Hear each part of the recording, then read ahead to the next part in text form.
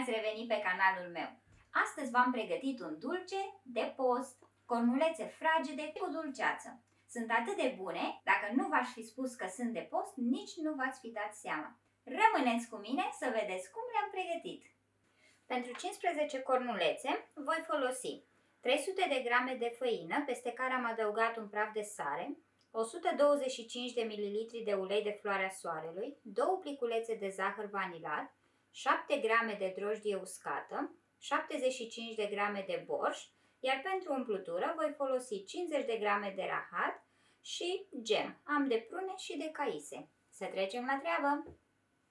Pentru început voi pune într-un bol borșul, drojdia, zahărul vanilat și uleiul și le voi mixa puțin.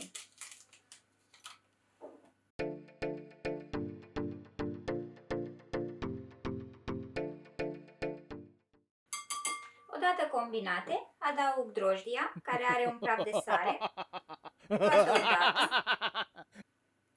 și mixez cât pot cu telul, sau mai bine cu o lingură, și după aceea cu mâna. Amestec foarte bine.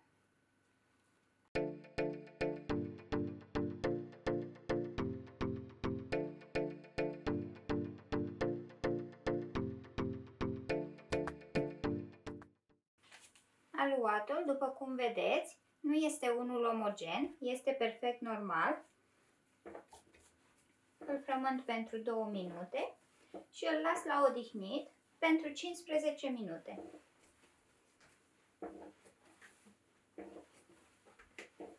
Borșul este vinovatul că acest aluat nu este uniform și compact. Îl fac într-o bilă și îl las la odihnit 15 minute, acoperit cu folie de plastic. După 15 minute, coca mea s-a odihnit și sunt gata să formez cornulețele. Însă, înainte, am dat drumul la cuptor la 170 de grade să se încălzească și am tapetat o tavă cu hârtie de copt. Acesta este aluatul. Îl voi tăia în 2 părți.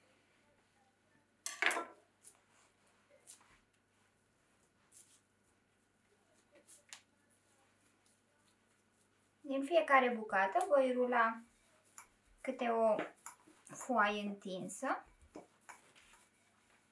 Dacă vi se lipește prea tare, puteți folosi deasupra folie de plastic sau hârtie de copt. Încerc să fac diametrul unei farfurii mari, pentru că o voi folosi ca să tai o formă rotundă.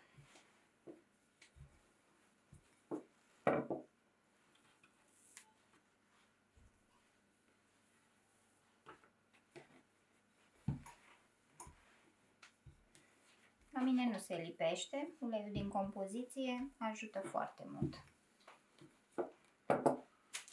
Probez cu farfuria, mai am nevoie de un pic.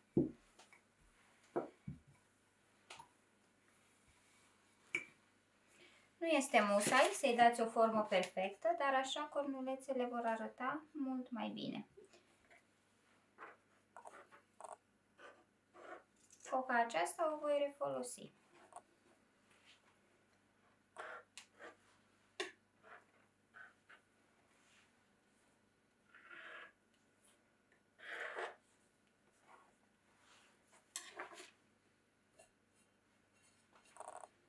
Aproape perfectă.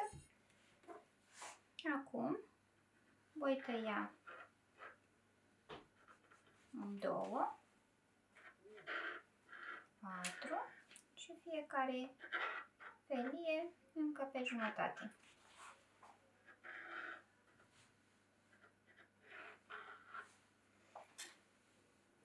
Voi pune câte o bucată de rahat. Voi face o foaie cu rahat și cealaltă cu gemuri. Dacă folosiți, eu voi folosi gemul simplu, însă puteți foarte bine să-l amestecați cu nucă măcinată. Este foarte bun. Cam așa arată cornulețele. Le voi pune pe tavă.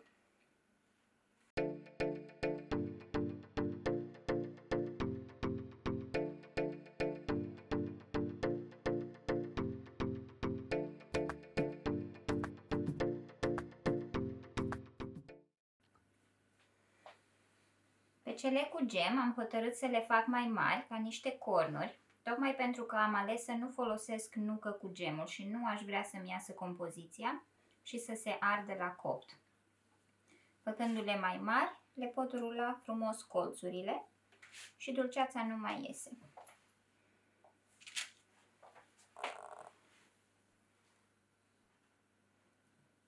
Puteți pune de asemenea ca și umplutură nucă simplă, fie bucăți mari, fie măcinată, poate amestecată cu un pic de cacao, orice vă place. Sunt foarte rapid de făcut, vor ieși foarte fragede și foarte bune. Eu le voi ține la cuptor pentru aproximativ 15-20 de minute, însă verific totdeauna cuptorul.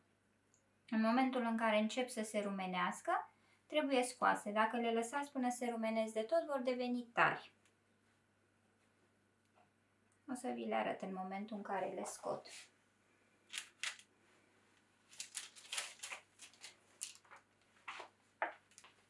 Priviți ce frumusețe am aici. Merg cu ele la cuptor. Acesta s-a încălzit deja. Ne revedem când sunt gata. După 20 de minute, cornulețele mele au fost gata. Verificați întotdeauna în funcție de cuptorul vostru. Luați timpul meu doar ca și referință. Ia uitați ce bine arată. Eu le-am și pudrat. S-au răcorit foarte puțin. Acestea mari s-au păstrat foarte bine. Dulceața a rămas înăuntru. Sunt numai bune de servit imediat ce se răcesc. Poftă bună!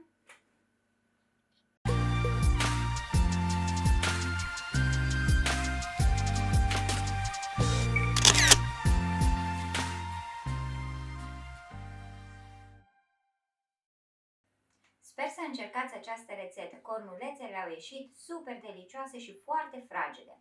Dacă nu sunteți încă abonat, vă invit să apăsați butonul de subscribe și să activați clopoțelul pentru a fi la curent de fiecare dată când postez ceva nou. Până data viitoare, mai multe rețete găsiți aici, iar eu v-am pupat!